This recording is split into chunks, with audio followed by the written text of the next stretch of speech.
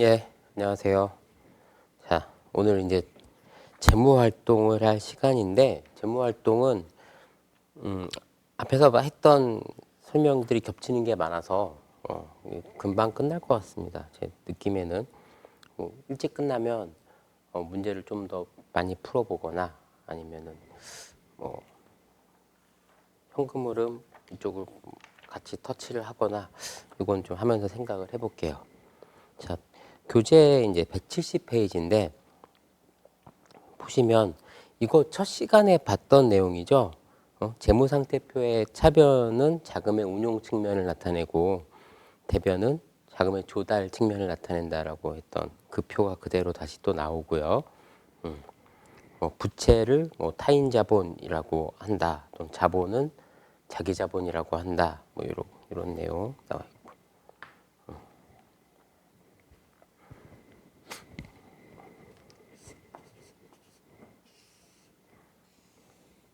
자, 이쪽을 보는 거예요, 지금.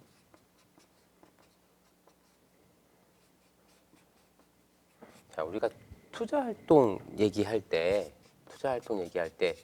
뭐라고 얘기했냐면 영업 활동과 관련이 없는 나머지 자산의 취득과 처분 활동을 투자 활동이라고 그랬어요. 그리고 재무 활동은 자금의 조달 및 상환과 관련된 활동이라고 하는데 마찬가지예요. 재무 활동도 영업 활동과 관련이 없는 부채, 그리고 자본하고 관련된 얘기예요.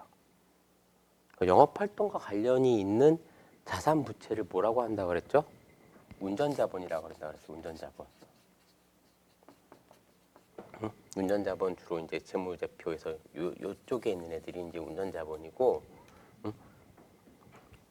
요쪽이 이제 뭐 투자활동, 재무활동 이제 요 영역이 되겠죠. 굳이 이렇게 영역을 표시해 본다면 이런 거고요. 부채는 남의 돈이죠. 갚아야 될 돈. 그래서 타인 자본이란 말을 써요. 자본은 회사 주인이 는 돈이에요. 그래서 자기 자본이라 그래요. 복습 한번 해보면 이 자본이 뭐라고 했죠? 자산에서 부채를 뺀 나머지가 자본이라 그랬어요. 그래서 자본은 자기 자본이지만 주주 지분 또는 뭐 자녀 지분 이런 말도 쓰고요. 또 다른 말로는 순자산이라고도 얘기한다 그랬어요. 이 자본 중에서도 자본이 증가하는 게 그럼 다 재무활동이냐? 꼭 그런 것만은 아닌 것도 있죠. 뭐죠? 자본 안에 있는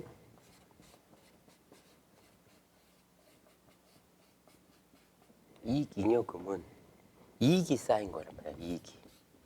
이익의 누적치에서 배당 주고 남은 나머지 그 이익은 수익 빼기 비용이고 이게 다 재무제표가 서로 다 그렇게 관련이 있어요. 그렇게 가는 건데 재무활동에서 말하는 자본은 요 이익잉여금 쪽을 제외한 자본을 말하는 거예요. 이익잉여금 쪽을 제외한 자본. 자본은 크게 지금까지는 자본금하고 이익잉여금 이 정도 있다라고 얘기를 했어요. 그렇죠? 그래서 자본이 증가했다라는 거는 이익이 그만큼 증가했다 이런 식으로도 설명도 했었고, 그렇죠?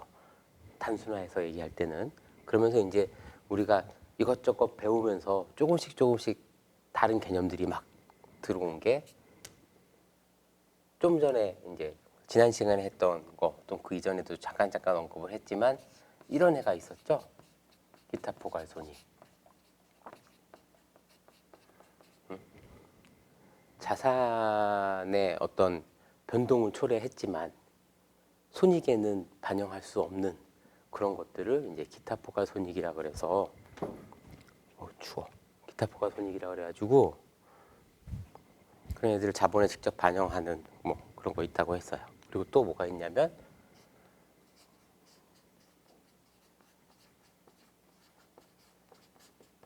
자본잉여금이라는 게 있어요. 자본잉여금은 뭐냐면 회사하고 주주하고의 거래, 이런 걸 이제 자본거래라고 한다 그랬는데, 자본거래를 통해서 생긴 잉여금이에요. 그런 것들이 이제 자본잉여금이라고 그래요. 또 재무활동에 해당되는 거죠.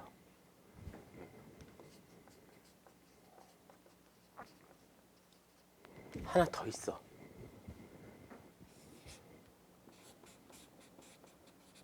자본 조정이라는 것도 있어요. 자본 조정은 차변 항목이 마이너스 자본, 얘도 같이 재무 활동이에요. 그러니까 주주하고 회사하고의 자본 거래를 통해서 자본이 늘어나는 애들이 이제 얘네들이고, 감소하는 애가 자본 조정이에요. 어떤 게 이제 자본 조정이 있는지도 설명을 드릴게요. 자본이 갑자기 많아졌죠. 그리고 이러한 자본의 변동 내역을 보여주는 재무제표가 있다 그랬죠. 그게 자본 변동표예요. 자본 변동표. 자본 변동표는 이거 설명하고 나서 다시 또 얘기를 할게요. 자, 다시 교재로 돌아오면, 교재 순서는 이제 타인 자금부터 얘기가 나오는데, 타인으로부터 자금을 조달하는 얘기부터 나오는데, 부채 얘기 먼저 나오는데, 다 수업 시간에 했습니다. 타인 자본이란 회계 용어로는 부채이다. 부채는 기업이 타인으로부터 자금을 빌리고 미래에 갚아야 될 현재의 경제적 의무를 의미한다. 부채의 정의할 때도 얘기했었죠. 엄밀히 말하면 뭐예요? 부채의 정의는 자금을 빌리는 것뿐만이 아니라 과거 사건의 결과로 인해서 회사가 미래에 부담하게 될 경제적 의무, 이게 부채라 그랬죠. 거기에는 이제 영업 부채가 포함되어 있는 거예요. 운전자본에 들어갔던 매입 채무, 미지급금, 선수금, 선수수익, 이런 애들도 다 부채거든요. 이 챕터에서는 지금 조달 측면을 얘기하다 보니까 부채의 정의마저도 이런 식으로 좀 써놨는데, 엄밀히 말하면 부채의 정의는 꼭 돈을 빌려온 건 아니에요. 빌려오지 않았더라도 부채가 되는 애들이 있다라는 거죠. 그리고 타인 자본의 가장 대표적인 예가 사채. 지난 시간에 사채에 대한 설명 드렸고, 그리고 밑에 보면 또 빨간색으로 리스라고 있어요. 리스는 뭐냐면은 돈을 빌려오는 거를 이제 뭐 은행에서 빌려오면 이제 차입금이 되는 거고, 내가 직접 자금을 조달하면은 사채가 되는 거고, 리스는 뭐냐면 돈을 빌려온 게 아니야. 돈을 빌려온 게 아니고 자산을, 어떤 실물 자산을 직접 빌려온 거예요. 직접 가져온 거. 뭐 비행기, 그러니까 항공기, 선박, 이런 거 이제 자동차도 리스 많이 하죠. 그런 것들도 이제 리스 부채도, 리스도 어떤 이게 리스는 애매해요. 재무 활동도 되고 투자 활동도 되죠. 두 가지 측면이 다 있어요. 두 가지 측면이 다 있어. 왜냐하면 리스는 여기 있는 유형 자산 같은 게 증가하면서 여기 있는 부채가 증가하는 거잖아. 얘를 투자 활동으로 봐야 돼? 재무 활동으로 봐야 돼? 비슷하죠. 그 리스는 자금 조달 방법 중에 하나라는 측면에서 재무 활동에서 이제 설명을 하는 경우도 있고, 자산을 취득하는 방법 중에 하나이기도 해서 투자 활동에서 설명할 수도 있어요. 근데 그거를 이제 명확하게 구분하기는 조금 어렵죠. 리스라는 게 있다, 이렇게 보시면 됩니다. 자, 그 다음에 두 번째 172페이지에 이제 기업의 주인인 주주로부터 자금을 조달한다라고 해서 뭐 자연인 기업, 법인 기업, 주식회사 얘기가 나오는데, 이 얘기도 제가 아마 강의 첫 시간에 설명을 했어요. 그렇죠? 자연인, 뭐 법인, 법으로 인격을 부여했다라고 법인격 얘기도 하고, 회사의 종류도 4가지 설명을 드렸죠. 그러니까 재무활동 쪽은 앞에서 설명한 게 되게 많아요. 그러면 부채로 조달하는 게 유리하냐, 자기 자본으로 조달하는 게 유리하냐? 이건 뭐 A다 B다 뭐가 옳다 이런 답은 없는 겁니다. 그럼 회사가 처한 상황마다 다르고 각각의 장단점이 있어요. 회사가 자금을 조달하는데 자기 자본으로 조달을 하겠대. 자, 자기 자본으로 조달하면 뭐가 있을까요? 뭐 좋은 점이 타인 자본 조달했을 때보다 좋은 점 뭐가 있죠? 이자를 안 줘도 되잖아.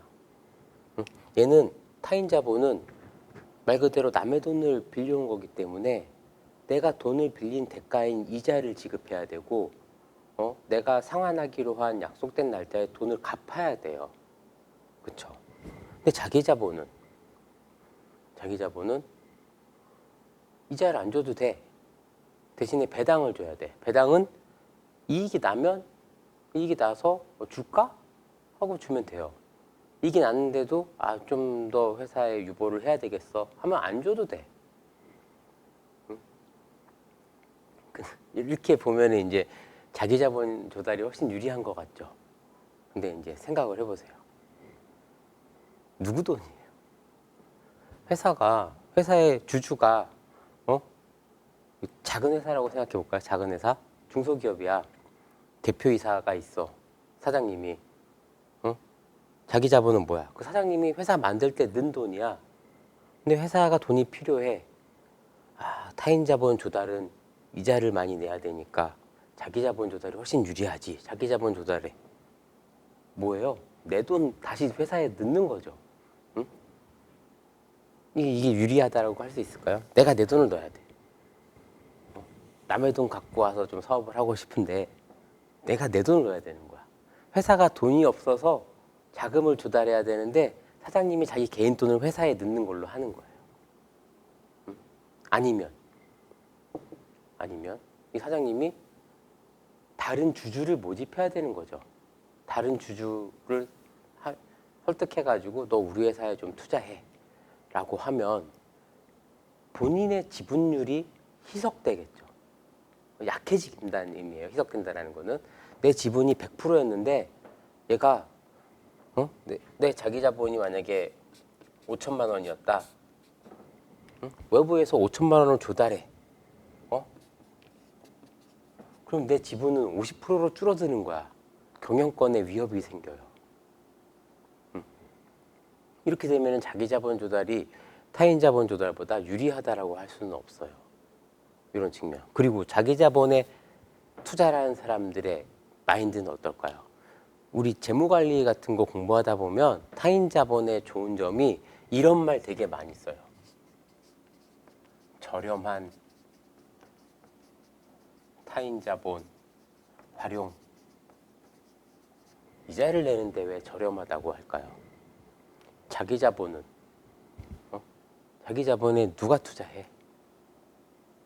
주주가 투자를 하는데 사장님 친구가 그래? 그럼 5천만 원 내가 투자할까? 이 투자를 하는 속내는 뭐가 있을까? 이 회사 잘 되면 대박 나겠구나. 뭐 이런 걸 기대하고 투자를 하는 거잖아요. 주식을 투자할 때는. 얘한테 줄 배당금은 얘한테 줄 이자보다 훨씬 큰 거예요. 그러니까 주주의 기대 수익률은요, 채권의 기대 수익률보다 높아. 여러분들이 이제 투자하는 사람이라고 생각을 해보세요. 은행에 예금을 하거나 아니면 어떤 정말 채권에 산다라고 하면 수익률이 몇 프로예요? 사채 예제에서 봤던 뭐 5% 이렇게 주면 되게 괜찮은 수익률이죠. 근데 여러분들 주식 투자한다고 생각해봐요. 몇 프로 먹겠다고 생각해요? 극단적으로 더블 이상을 보는 사람들도 있어. 기대 수익률이 엄청 높아요. 주식 투자하는 사람들의 목적은 이 회사의 가치가 커져서 자본이 커지면 그 자녀 지분인 순자산인 자기 주주 지분이 커지잖아. 그거를 내가 산 가격보다 비싸게 팔거나 많은 배당을 받거나 이런 거를 원한다고요. 요구하는 수익률 자체가 되게 커. 자기 자본 투자자들은 요구 수익률이 커요.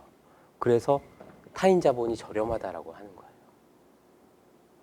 그렇다고 무조건 또 타인 자본이 좋냐? 그렇진 않아요. 왜냐하면 타인 자본이 과하게 많으면 만기 상환 의무가 있잖아요. 회사가 상황이 좀 안 좋으면 이 못 갚아서 도산될 위험도 있겠죠. 이렇게 서로 장단점이 있어요. 무조건 뭐 자기 자본이 좋다, 타인 자본이 좋다 이런 거는 아니라는 거죠. 교재에는 지금 어떻게 나와 있냐?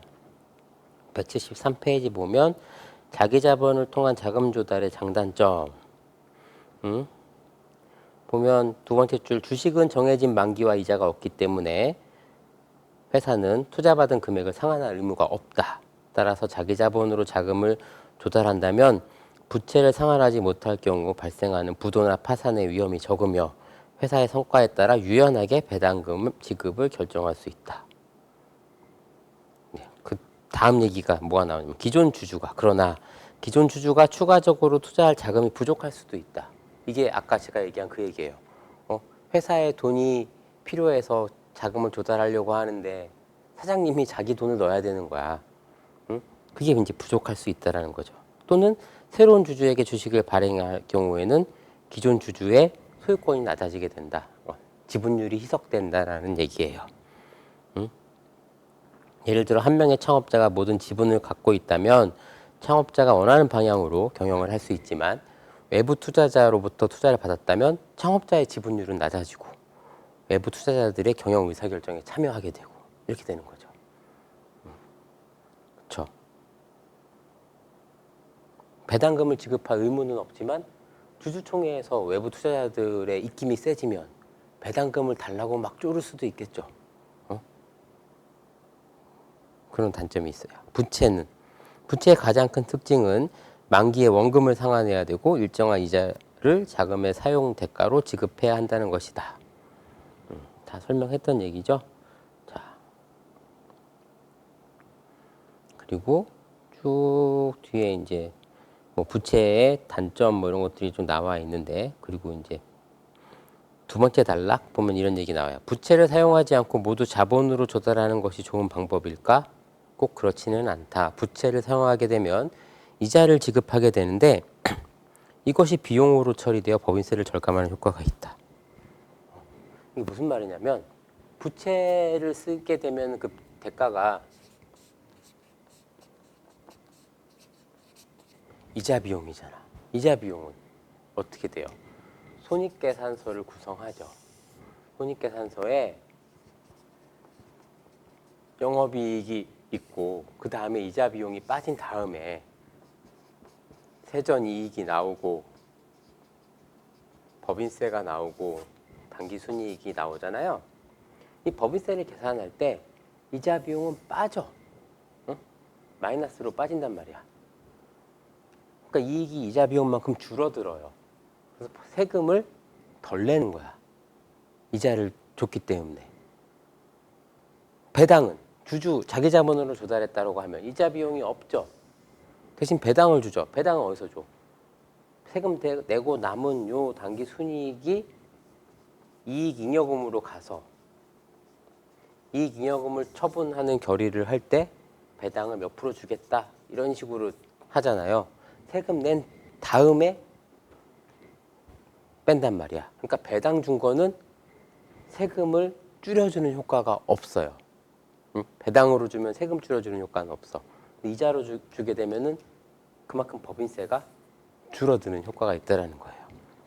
그러니까 법인세 절감 효과가 있다라는 게 이제 나와 있고, 그다음에 재무활동과 관련된 부채 규제 설명은 아까 제가 얘기했던 영업활동과 관련된 부채, 운전자금에 해당하는 운전자본에 해당하는 것들, 매입채무, 손수금, 미지급 비용이 있는가 하면 재무활동과 관련된 건 이제 차입금, 사채 뭐 이런 게 있다라고 보면 돼요. 다 앞에서 했던 거예요. 1년 이내 상환해야 되는 부채를 단기 차입금, 유동부채라고 하는데 1년 이후에 상환하는 부채, 비유동부채, 대표적인 게 장기 차입금, 사채 이런 거죠. 그러니까 회사가 갖고 있는 부채가 비유동 부채가 있으면 만기가 도래하게 되면 유동으로 대체를 해줘요. 그런 걸 이제 유동성 장기 부채라고도 하고요.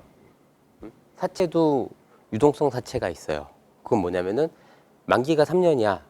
그러면은 비유동 부채 사채로 있다가 드디어 상환이 1년 남았어. 그러면은 유동으로 올라와요. 유동성 사채 이러면서 계정 과목이 바뀌면서 계정을 재분류해 주는 거죠. 그런 것들이 있다. 사채 뭐 액면 금액, 이자율, 만기 뭐 이런 얘기들 나오는데 지난 시간에 그 투자 활동할 때 같이 설명드렸던 얘기고 재무 활동과 관련된 자본 요것도 지금 뭐 다 얘기를 한 거고요. 자, 네, 이 자금 조달이 제일 쉬운 회사가 어떤 회사일 것 같아요? 자금 조달. 우리가 그 회사의 종류 얘기할 때 네 가지 회사를 얘기했고 제일 많은 회사가 주식회사라 그랬죠. 172페이지 보면 여기도 그 얘기 나오죠. 그 그림 위쪽에 있는 단락 시작할 때 보면 법인 기업 중에서 가장 대표적인 기업 유형은 주식회사이다 그랬죠. 왜 주식회사가 대표적인 유형이 됐을까? 주식회사가 대표적인 회사가 됐어 오늘날에.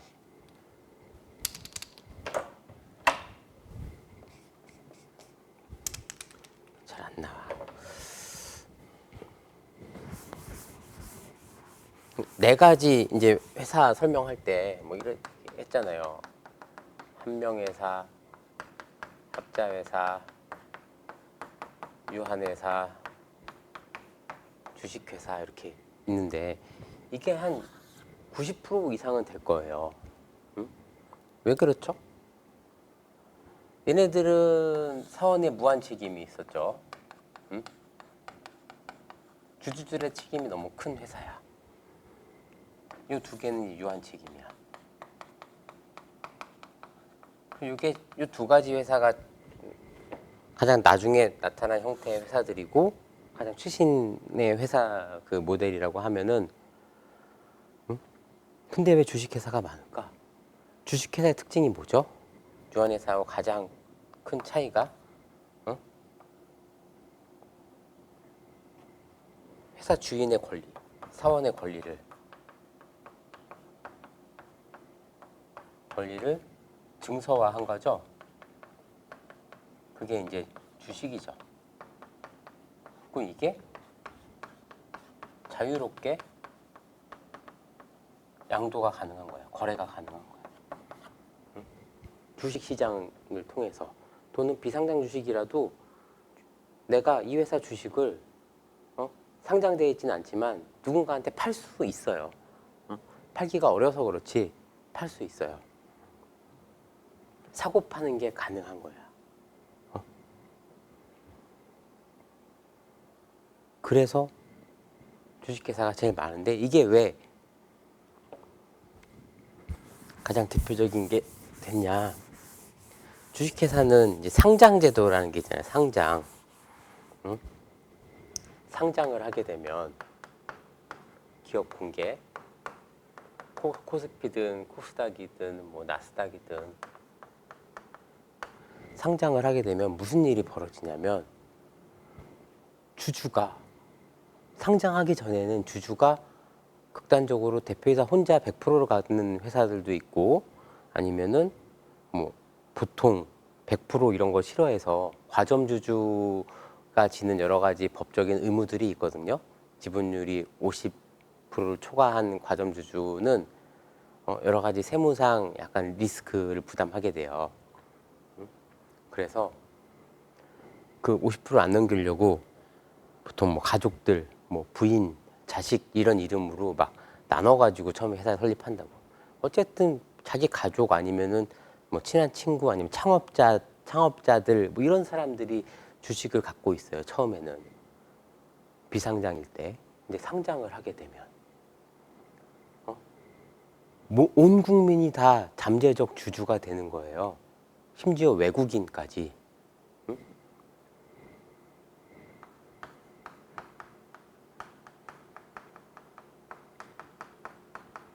외부에서 자금이 유입되는데 이게 어떤 큰 손이 와갖고 빵 들어오는 게 아니고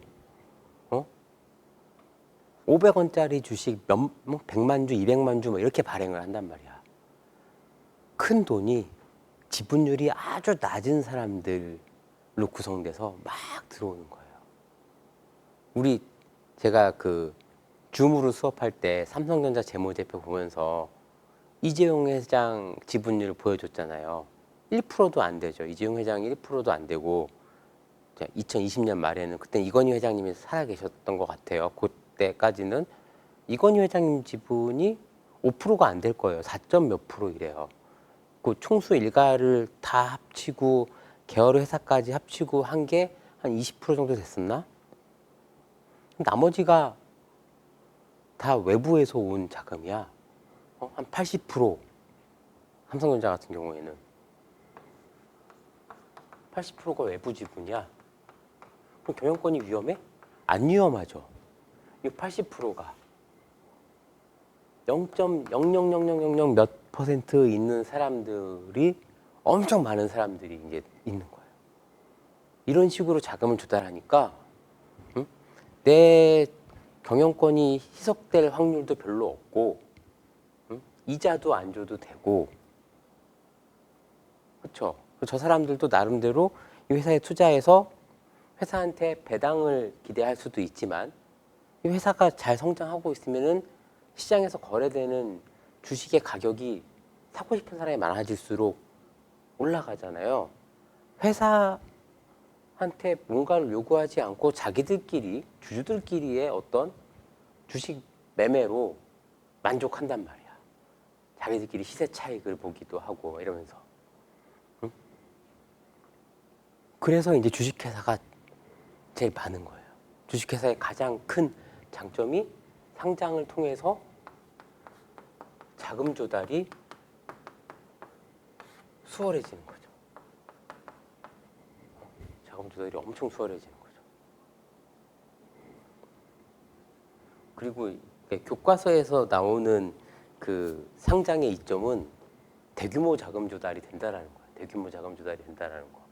그럼 교과서에서 나오지 않는 그 상장의 이점은 뭐가 있을까요? 제가 느껴본 바. 여러 회사들을 지금 만나보면 회사 이제 사장님들이 상장을 하고 싶어하는 사장님이 있는가 하면 귀찮다고 하기 싫어하는 사장님도 있어요. 그러니까 비상장 회사 중에서 좀 우량하고 좋은 회사들이 있어.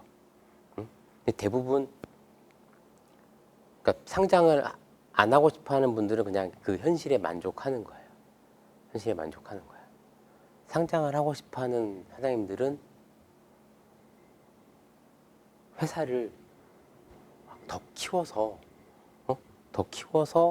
어떤 외부 더 키우기 위해서 외부 자금을 끌어당겨야지 이런 생각으로 상장을 하고 싶어하는 사장님들이 그렇게 많지는 않아요.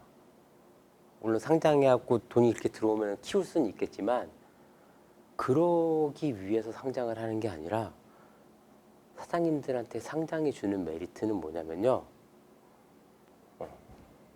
창업주의 엑시시예요.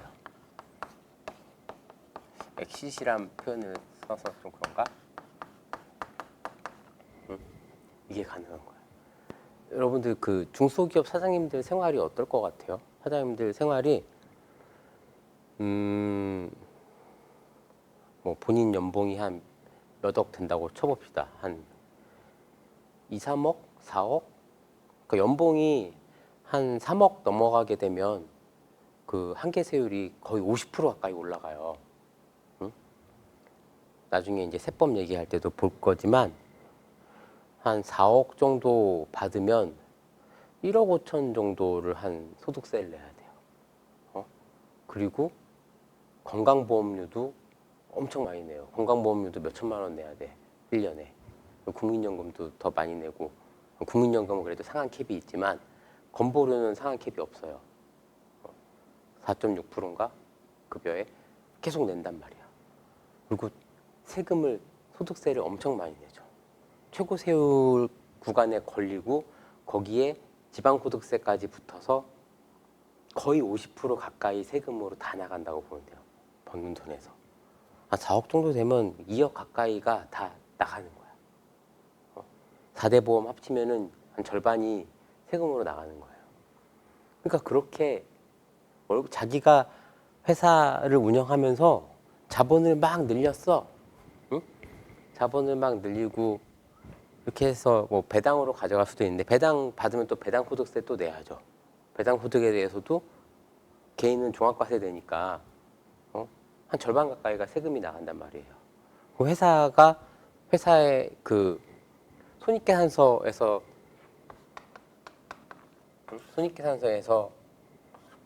비용으로 처리하면서 가져갈 수 있는 건 자기 급여거든요.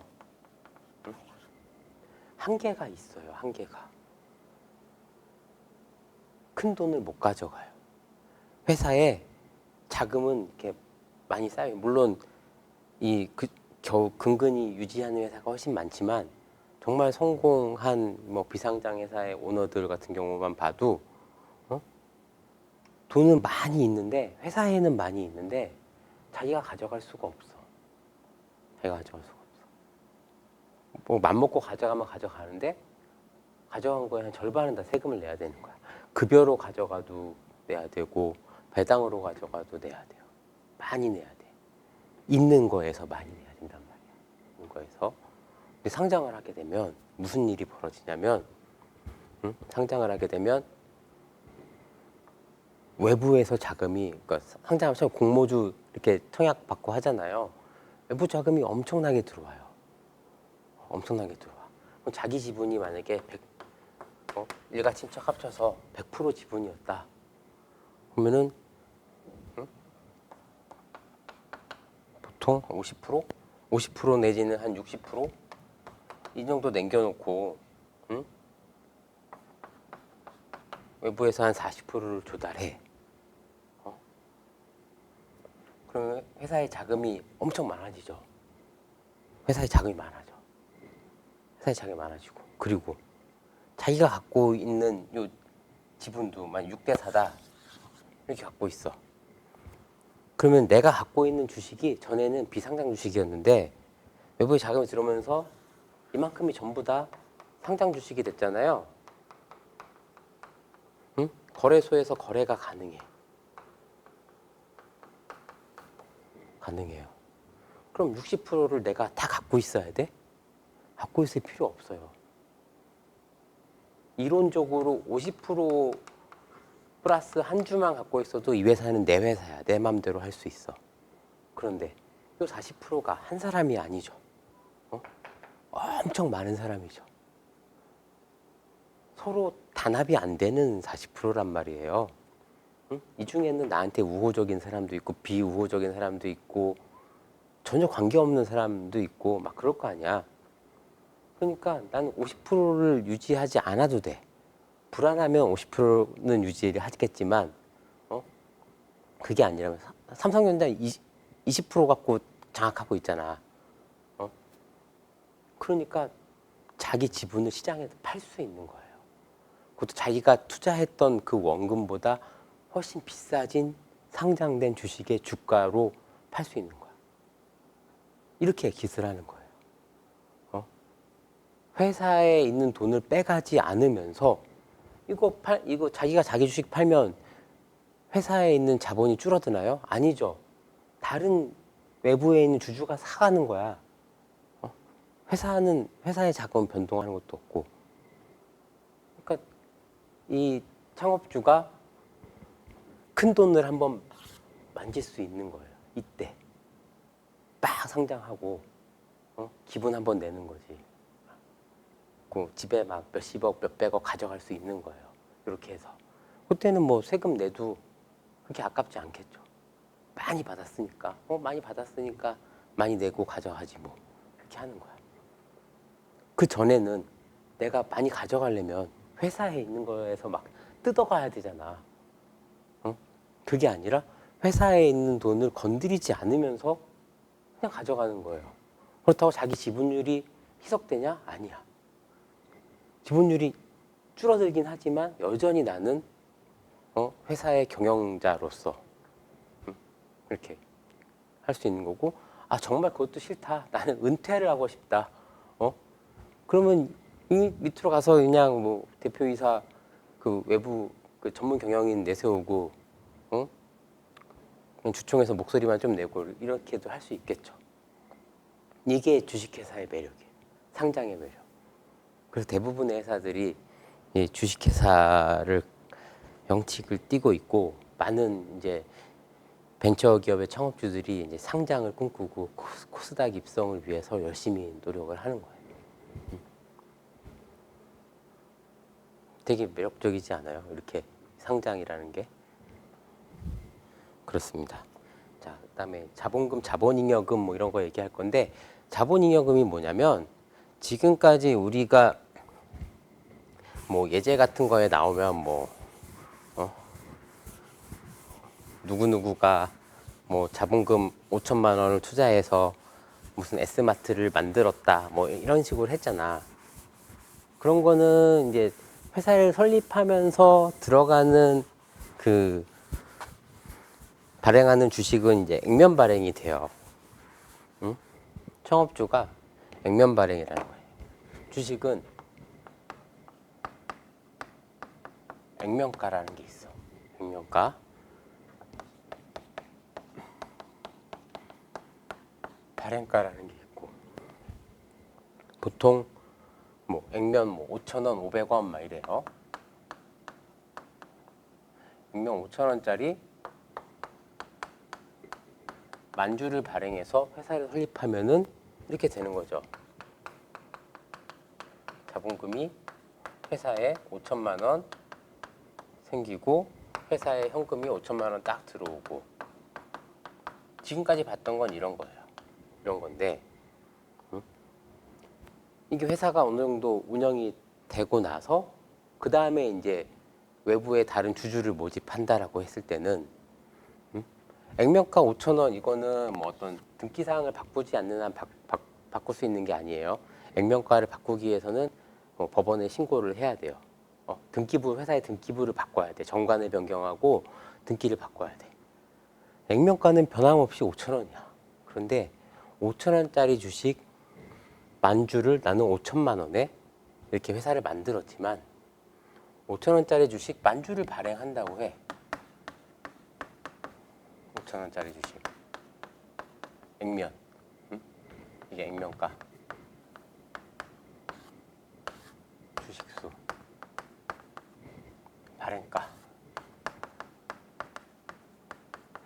발행을 하는데 이거를 주당 10,000원에 발행을 하는 거야.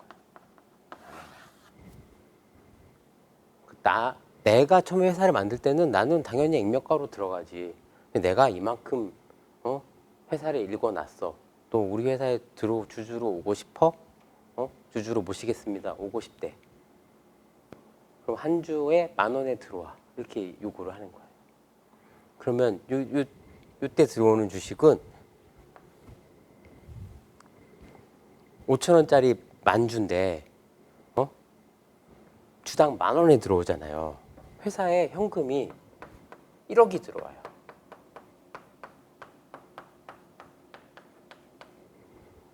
그러면 자본금은 액면가예요. 자본금은 5천만 원만큼 드러나는 거예요. 5,000원짜리 만주라서. 그럼 차이가 나죠. 5천만 원만큼. 이런 게 자본잉여금이에요. 회사하고 주주하고의 거래를 통해서 생긴 잉여금.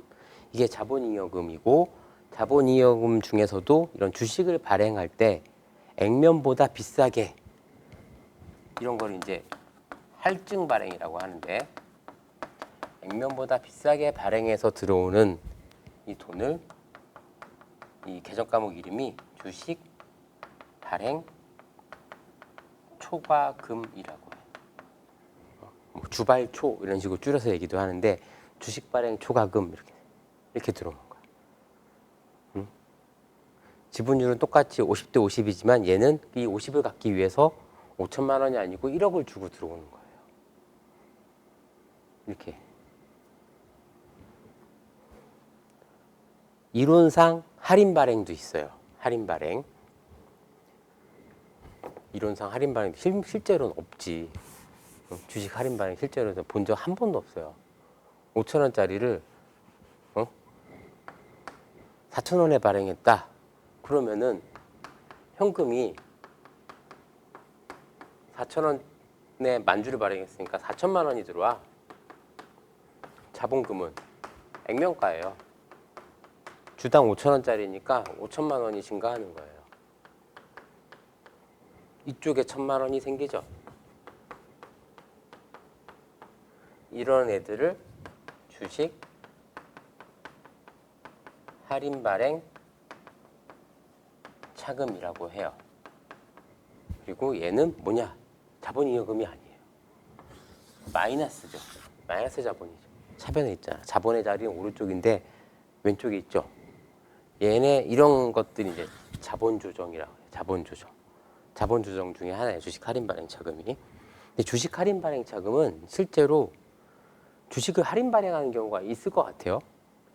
없어요. 이론적으로는 가능한데 할인 발행한 정도가 되면 누가 투자해? 투자를 안 하죠.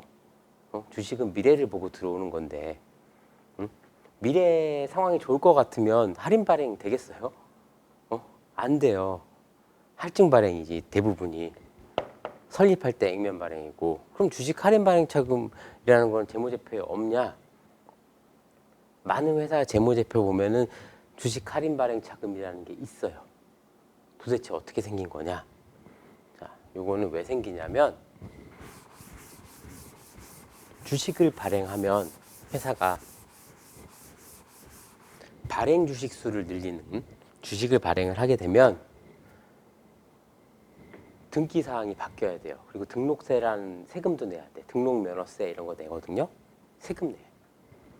법무사 등기하는데 법무사한테 수수료도 줘. 그러니까 이런 비용들이 발생해요. 법무 비용이 발생을 해. 이 법무 비용에는 등기 수수료, 법무사 용역비, 그 등기를 대행해주는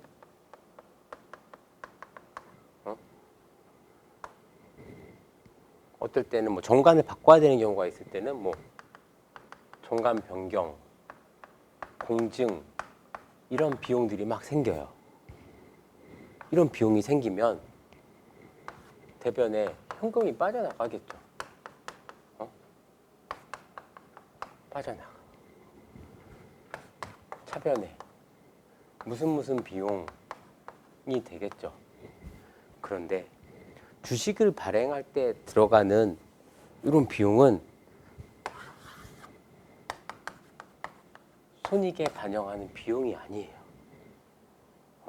야, 너 주식을 발행하는데 만약에 여기 설립할 때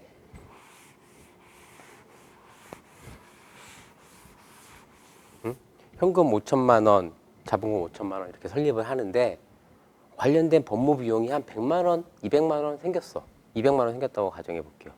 200만 원이 생겼으면은 현금 200만 원이 나갔을 거 아니야. 그러면서 여기다가 비용으로 주식 발행비 이런 식으로 이런 거를 이제 주식 발행 비용이라고 하는데 주식 발행비 200만 원 이렇게 하지 말라는 거예요. 이 비용은 어떤 수익에도 대응되는 비용이 아닌 거예요. 비용은 수익에 대응해서 인식하는 게 일단 기본 원칙이라고 그랬잖아요. 그냥 회사를 설립하는 데 들어간 비용이야. 이 말은 이렇게 본 거지.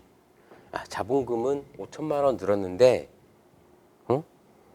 현금은 4,800만큼밖에 안 들어온 거잖아. 200이 나갔으니까. 이렇게 보는 거예요. 5천만 원짜리 자본금이 생겼어. 액면가 5천 원짜리 만주를 발행했기 때문에. 근데 돈은 저런 비용들을 빼고 4,800만 원밖에 안 들어온 거예요. 그래? 200만 원이 차이가 나네? 이런 게 이제 주식 할인 발행 자금에 들어가는 거야.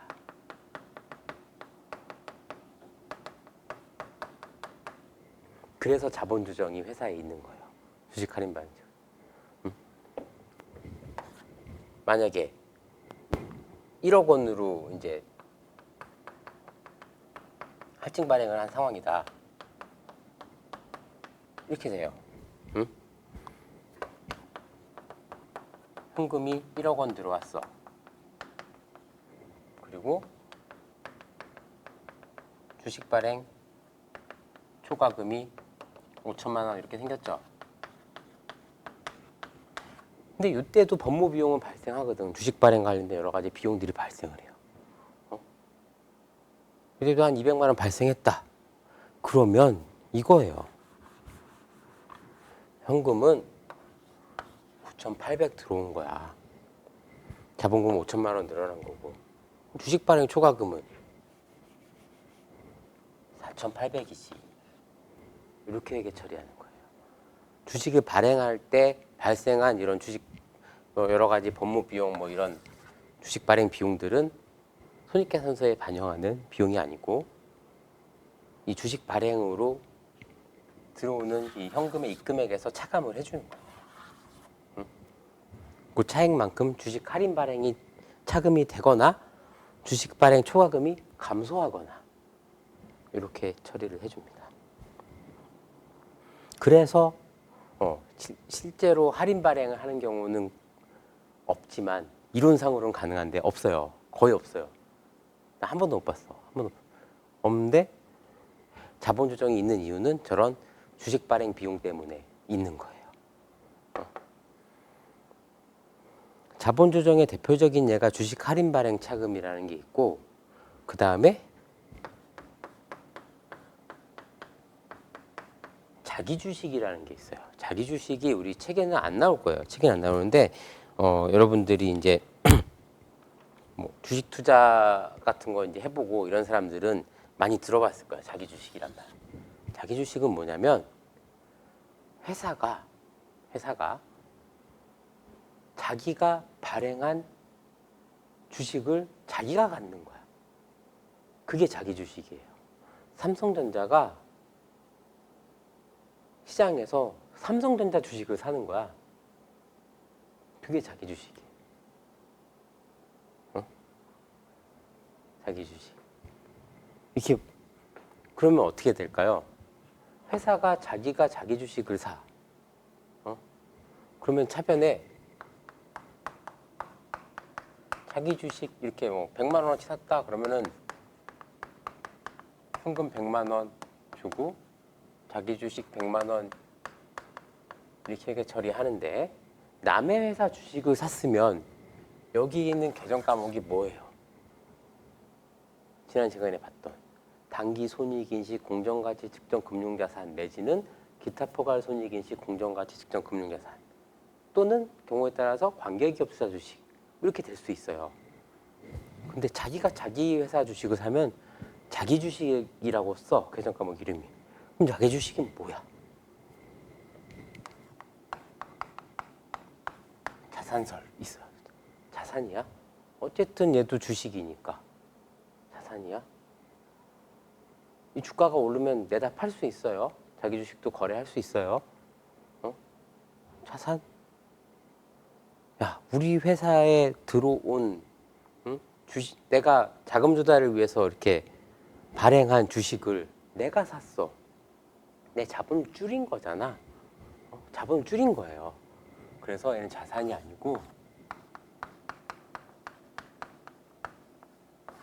자본 조정이 되는 거예요. 자본 조정. 그러니까 마이너스 자본이 되는 거예요. 그 회사 재무제표 보면은 자본 항목에 자본 조정 내역을 주석을 가서 보면 자기 주식이 있어요. 자, 자기 주식은 근데 이런 짓을 왜 하냐? 왜 하냐면은 회사에서 경영권 방어 목적, 어떤 적대적 M&A에 대비한 그 경영권 방어 목적 내지는 주가 관리 차원에서 하는 거예요. 그러니까 회사가 자기 주식을 산다라는 거는 시중에 유통되는 주식 수를 줄이는 거예요. 회사 걷어들이는 거야. 걷어들이는 거야. 그러면 시중에 유통되는 주식이 뭐 1,000만 주, 1억 주 막 이렇게 거래되던 게 900만 주, 9천만 주 이렇게 줄어들이는 거야. 자기가 내가 사온 만큼. 그럼 시장에서의 어떤 자기가 사오면은 얘가 주식시장에 사자 주문을 냈을 거 아니에요. 사자 주문을 내면 주가는 올라가죠. 거래가 되면. 그리고 또 주식을 사고 싶어 하는 사람보다 거래되는 주식 수가 줄어들면 기존 주주들의 부는 올라가죠. 주가가 올라갈 거 아니야. 수요 공급의 원칙이니까 세상에는. 거래되는 주식 수가 줄어들면 줄어들수록 주가는 올라가게 돼 있어요. 그 말은 무슨 말이냐면은 다른 주주들의 부를 높여주는 거야. 그러니까 회사가 주주들을 배불려주는 방법이 두 가지예요. 두 가지인데 한 가지는 배당을 주는 거, 한 가지는 주가를 부양시키는 거죠. 올리는 거죠. 주가를 부양시키는 방법 중에 하나가 경영을 잘해서 얘네들이 이제 봤을 때 이 회사 잘하나 보다 하고 막 기대치가 높아지니까 거래돼갖고 올라가는 경우도 있는데 극단적으로 회사가 돈이 많어. 경영 잘해서 이익여금이 많이 생겼어. 그 현금이 많아졌어. 배당을 하는 게 아니라 주주들한테 주식을 사주는 거야. 주주들은 회사한테 주식을 팔아서 돈을 벌고 또 안 판 주주들은 이 거래되는 유통 주식 수가 줄어든 만큼 자기 주식의 가치가 점점 좋아지니까 희소성이 있어지니까 올라가는 거예요. 회사가 자기 주식을 걷어들인 다음에 뭐 상황을 봐서 다시 시장에 다시 내다 팔 수도 있고 소각해 버릴 수도 있어요. 없애버리는 거야. 그런 걸 이제 감자라고 해요. 자본을 줄인다라고 해야죠. 감자를 하기 위해서 먼저 자기 주식을 사서 자기 주식을 소각하는 식으로 감자를 하는 경우도 있어요. 아니면은 시장에다가 우리 얼마씩 감자하겠다 하고서 없애버리는 경우도 있고 여러 가지 뭐 재무활동과 관련된 이슈들이 있습니다. 이렇게 그냥 알아두시고 그 다음에 주식의 종류 해가지고 들어봤을 것 같은데 우선주, 보통주, 우선주 이런 얘기 들어봤죠. 보통주하고 우선주. 어떤 주식이 좋은 주식일 것 같아요? 보통주, 우선주.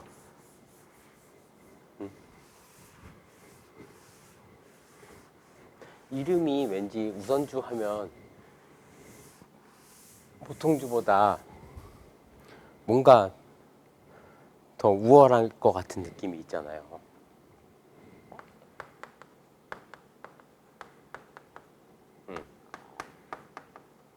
근데 얘 이름은 뭐 우등주 이런 게 아니라 우선주예요. 우선주. 보통주보다 좋은 주식이 아니라 보통주보다 배당을 먼저 받을 권리가 있는 주식이에요. 우선해서 받을 수 있는 권리. 보통주보다 배당을 많이 주는 주식도 아니에요. 먼저 주는 주식. 그게 우선주라고 해요. 우선주는 특징이 경영권이 없어요. 그러니까 의결권이 없다라는 거야. 보통주는 의결권이 있는 거야. 회사의 어떤 경영을 하기 위해서는 그 오너는 보통주의 지분을 확보하고 있어야 되는 거예요. 우선주는 경영 의사결정에 참여할 수가 없어요. 주총에 참여할 수 있는 주식이 아니에요. 그러면 이 주식은 왜 들어갔을까요? 우선주 투자는 왜 할까요? 오로지 배당이 목적인 거야. 배당이 목적인 거고 보통주보다 우선해서 배당을 받을 수 있는 권리가 있기 때문에 우선주는 배당률이라는 게 정해져 있어요. 몇 퍼센트. 이게 정해져 있어요. 우선주 발행할 때. 이 퍼센트는 액면가 대비 퍼센트입니다. 액면가. 액면 5,000원짜리 주식에 뭐 5%다라고 하면 한 주를 사면은 1년에 5,000원에 5% 하면 얼마예요? 225원인가? 250원인가? 그만큼 배당 받는 거야. 그치, 250원. 250원 한 주에 이렇게 배당받을 수 있는 권리가 있는 거야. 배당률이 정해져 있어. 뭐 1%, 2%, 3% 이런 식으로. 그러니까 약간 이런 거야. 재무상태표에서 여기가 부채야. 여기가 자본이야. 이렇게 있으면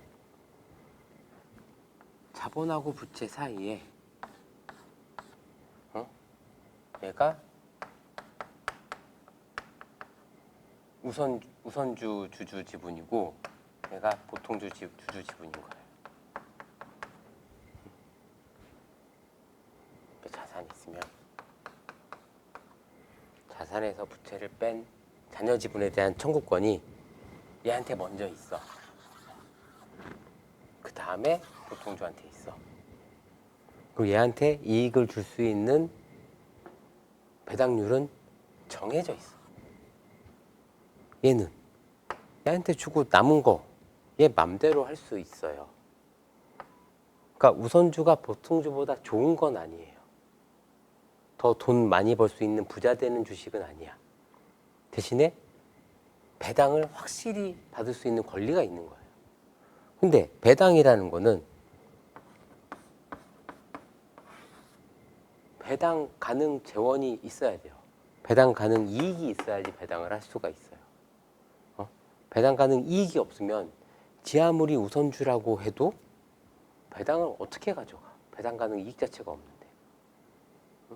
그래서 우선주는 약간 부채보다는 어떤 그 원리금 확보가 안 되지만 보통주보다는 좀 되는 그 중간 단계에 있는 성격이거든요. 그래서 우선주는 조건이 붙어요. 사람 이게 의심할 거 아니에요. 배당률 몇 프로 주겠다라고 했는데 그럼 이익이 안 나면 어떡할 건데? 그래서 이제 우선주는 누적적 권리라는 게 누적적 권리. 올해 이익이 안 나서 배당을 못하면 다음 연도에 이익을 내서 작년에 못 준 것까지 그때 주겠다. 못 받은 만큼 자기가 받을 수 있는 배당이 쌓여가는 그런 게 이제 누적적 우선주라고 해요. 그러니까 우선주를 발행할 때 누적적이다, 비누적적이다 이렇게 구분해서 발행을 합니다. 누적적 우선주, 비누적적 우선주가 있어요. 그리고 근데 우선주 좋은데 그래도 보통주보다 우선주가 더 조금 가져가는 거는 싫어라고 하면 그래? 그럼 우선 배당을 하고 보통주한테 배당을 할 때 보통주가 너보다 더 주는 게 있으면 그만큼에 대해서 너도 더 줄게 이렇게 약속을 하는 게 있어. 그런 게 참가적 권리라고 해요. 참가적 우선주가 있어요. 반대로 비참가적 우선주도 있어요. 그 우선주의 종류는 누적적이면서 참가적이냐, 누적적이면서 비참가적이냐, 참가적이면서 비누적적이냐, 참가적이면서 그러니까 비누적적이면서 비참가적이냐 이렇게 여러 가지 종류로 나눠서 발행할 수가 있어요. 그러면 당연히 뭐 비누적적이고 비참가적이면은 참가할 우선주 없겠네요. 막 이렇게 생각할 수도 있는데 그렇지도 않아요. 왜냐면은 주식시장에 있는 여러 그 주식들 중 보면 우선주가 거래되는 주식이 많지는 않아요. 삼성전자 같은 경우에는 주식 종목 보면 삼성전자라는 게 그 주식이 있고 삼성전자 우 이렇게 써 있는 게 있어요. 이게 삼성전자 우선주라는 거거든요. 이렇게 좀 이름 있는 회사들, 배당을 잘 주는 회사들, 이런 회사들만 우선주가 있어요. 다른 회사들은 왜 없냐? 배당할 자신이 없으면 이런 우선주 발행도 못할 것이고 그동안에 그런 모습을 보여줬다라고 하면 우선주를 발행한다고 한들 아무도 안 살 것이고 그렇잖아요. 시장이. 응? 그런 거예요. 이 우선주 시장에서 먹히는 애들이 이제 우선주를 발행을 하는 거죠. 우선주의 장점은 대규모 자금 조달이 가능해요. 우선주도 활발해. 대신에 경영권은 침해받지 않아요. 단점은 보통주보다 먼저 얘한테 먼저 배당 주고 남은 거 갖고 보통주끼리 나눠 가져야 되는 건 있는 거죠. 그게 단점인 거고. 그러니까 회사 입장에서 보통주 주주 입장에서 그런 거죠. 이런 게 이제 우선주예요. 그 교재에서 이제 보통주, 우선주 설명을 했고, 그 다음에 뭐 할증 발행, 액면 발행, 할인 발행 얘기를 했습니다. 자, 할증, 할인, 액면 주식에서도 얘기를 했고 회사채에서도 얘기를 했어요. 그렇죠? 시장 이자율이 액면 이자율보다 높으면 할인 발행되고 낮으면 할증 발행되고 그렇죠? 그 할인 할증 발행된 케이스에서는 만기의 액면가랑 사채 장부가를 같게 해주기 위해서 조정해주는 과정이 있었죠. 그런 거를 이제 사채 할인 발행 차금 또는 사채 할증 발행 차금 상각이라고 했고 그렇게 상각을 하면서 관리를 하기 때문에 그 사채에 투자한 사람의 회계 처리를 상각 후 원가 측정 금융자산 뭐 이런 식으로 해서 회계 처리한다고 했고 그러한 평가 방법을 상각 후 원가법 이렇게 얘기를 하는 거거든요. 그렇게 이제 정리를 한번 하겠습니다. 1시간 정도 됐으니까 여기서 한번 쉬었다가 할게요.